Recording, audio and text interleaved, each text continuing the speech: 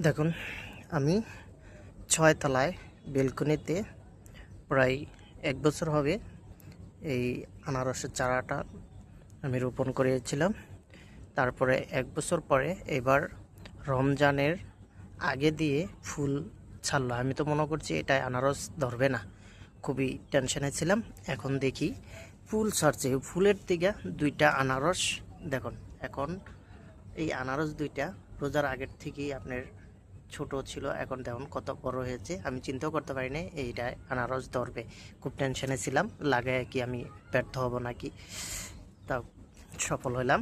দেখুন, আপনারা চাইলে এবারে সুন্দর করে টপের ভিতরে আপনি বাজার থেকে যে আনারসটা আনেন ওইটা যদি সবুজ থাকে, সামনের যে ইয়াটা দেখতেছেন এটা যদি সবুজ থাকে, আপনি বাজার থেকে আনারসটা কিনে আনবেন। যদি পাকা আনারস আনলে আপনার এটা যদি সবুজ থাকে, এটা আপনি এখান থেকে ভেঙে ঠিক এখান থেকে আপনি ভেঙে টপের ভিতরে লাগিয়ে দিবেন, রোপণ করবেন।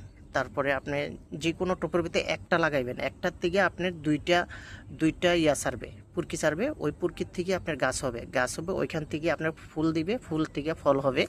আপনি বাজার থেকে নিয়ে আসার পরে যে কোনো জায়গায় আপনার টবের ভিতরে এটা কেটে লাগাই দিবেন। এটা সবুজ থাকতে হবে, এটা এরকম কাঁচা থাকতে হবে।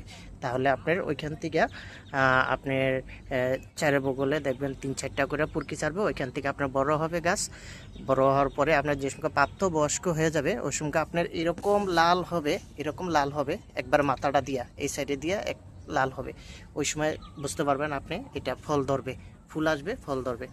এরকম বাজে আপনি যে কোনো টপে বা ড্রামে বেশি করে রোপণ করতে পারেন, তাহলে এরকম আপনি ফসল পাবেন। এই দেন কত দারুণ আনারস। আমি প্রায় ১ বছর হইব এটা লাগিয়েছি, এখন ফসল পাইছি, খুবই ভালো লাগতেছে। আপনারা চেষ্টা করলে যে কোনো জায়গায় টপের ভিতরে ড্রামে যে কোনো জায়গায় আপনি নিয়ে লাগাইতে পারেন। চেষ্টা করলে সব কিছুই হয়। সফলতা আমি পেয়েছি, আপনারাও পাবেন। এবার যদি আপনি অনেকগুলো লাগাইতে পারেন তাহলে অনেকগুলো আনারস হবে, ওইখান থেকে আপনি সফলতা পাইতে পারেন। সবাই ভালো থাকুন, সুস্থ থাকুন। ভিডিওটা সবাই সাবস্ক্রাইব করে দিবেন। সবাই আল্লাহ হাফিজ।